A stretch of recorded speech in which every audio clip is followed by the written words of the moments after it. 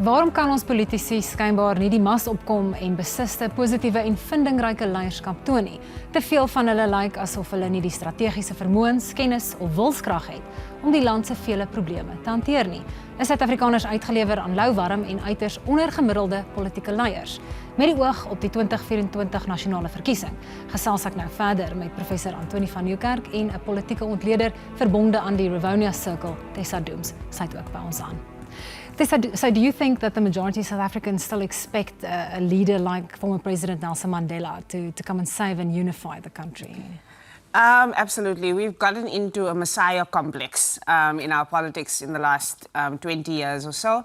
And it's the post-Mandela era where everybody kind of hinged on, if you have a good leader, you know, somebody who's iconic and steady that everyone trusts, then you have a good political system. And I think we must learn that that's not, the way politics works.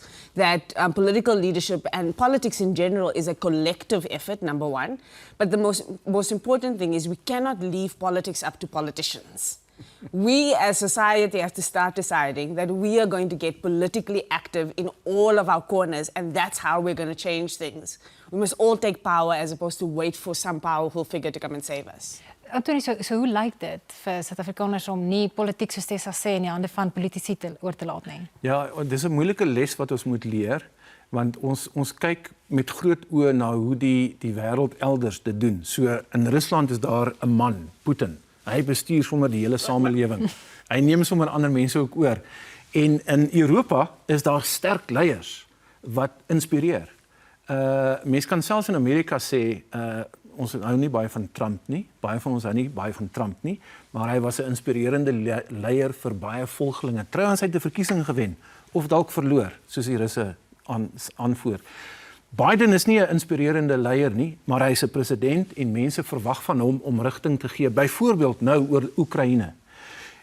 So die idee dat die burgery aktief betrokke raak by die politiek van die dag is iets wat ons nog moet aanleer, maar ek dink ons gaan daai les baie vinnig leer, want ons weet in 2024 en in elk geval 2029, die volgende 2 verkiesings, is die kans baie goed dat die regerende party wat politieke hegemonie probeer uitoefen het op die samelewing.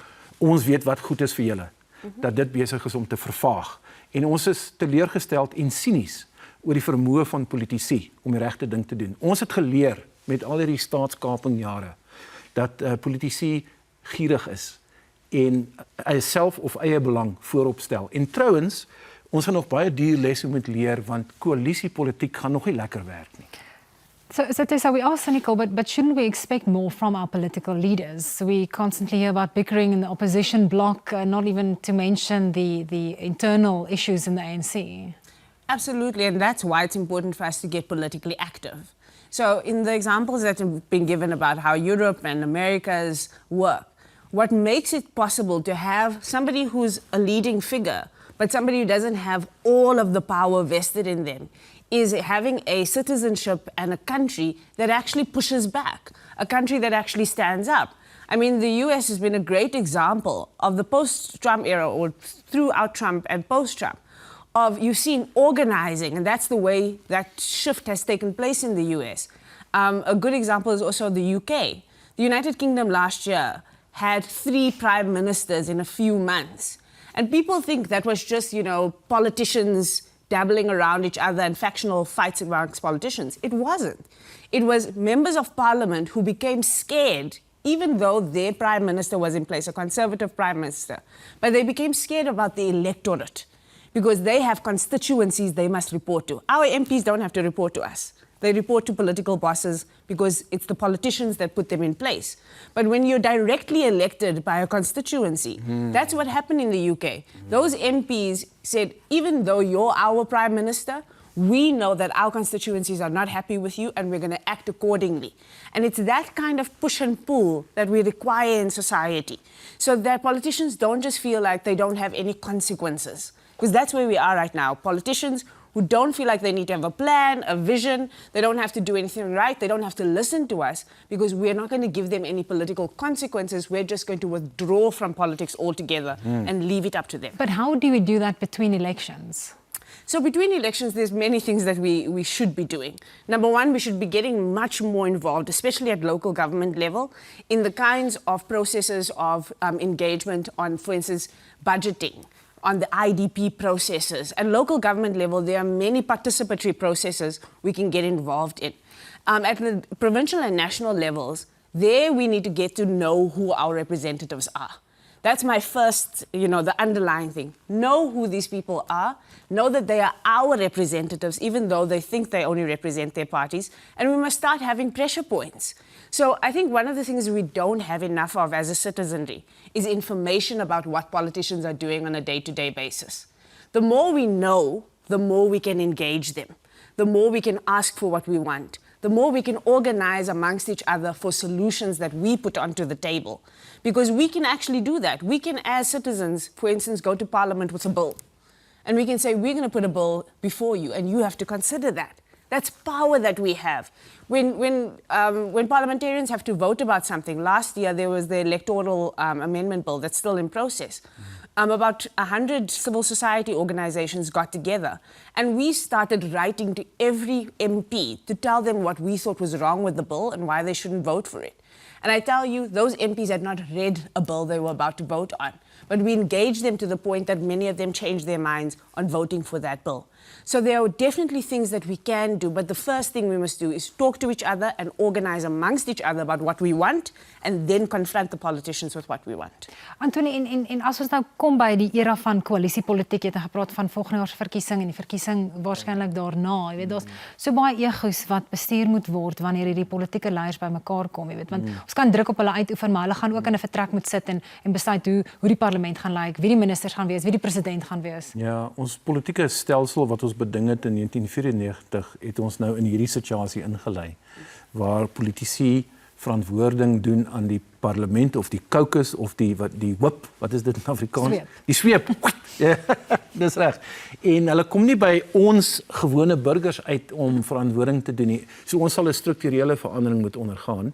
En as 'n aktiewe burgerry sal ons moet leer dat daar niks fout is en is ons demokratiese reg om druk uit te oefen op politici om te antwoord op die vrae wat ons het of selfs te luister na ons voorstelle. Onthou, tot nou toe het 'n party 'n konferensie gehou of 'n konvensie gehou en dan hulle beleid daarso geformuleer en bietjie gekoukus agter die skerms, dan kom hulle met 'n manifest tevore wat elke 5 jaar aan die kiesers voorgelê word.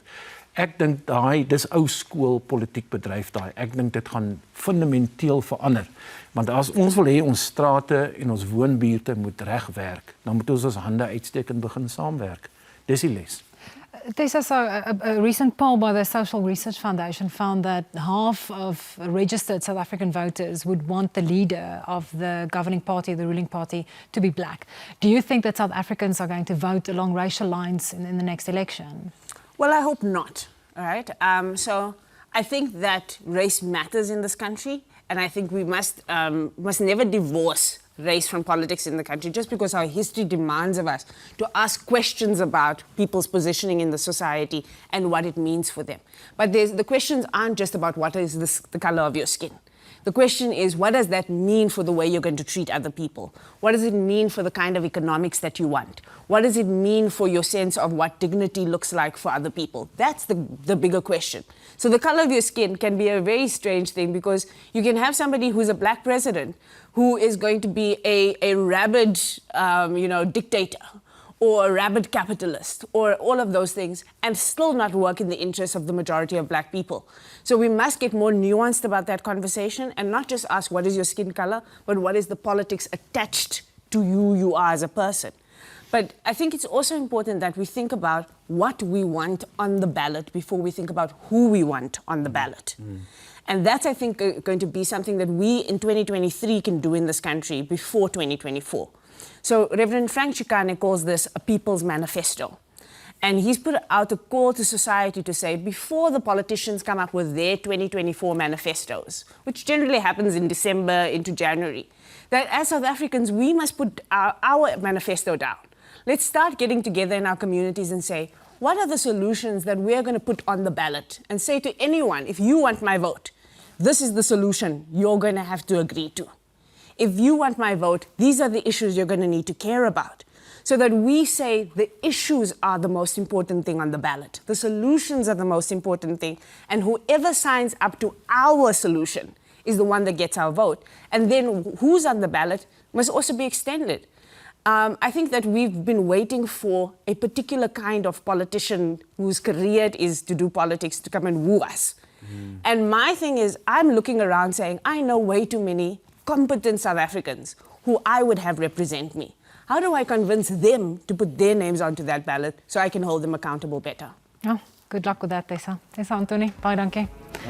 Bly ingeskakel, net hierna kyk ons na die skokkende misdaadsyfers wat onlangs bekend gemaak is en die impak daarvan op my en jou.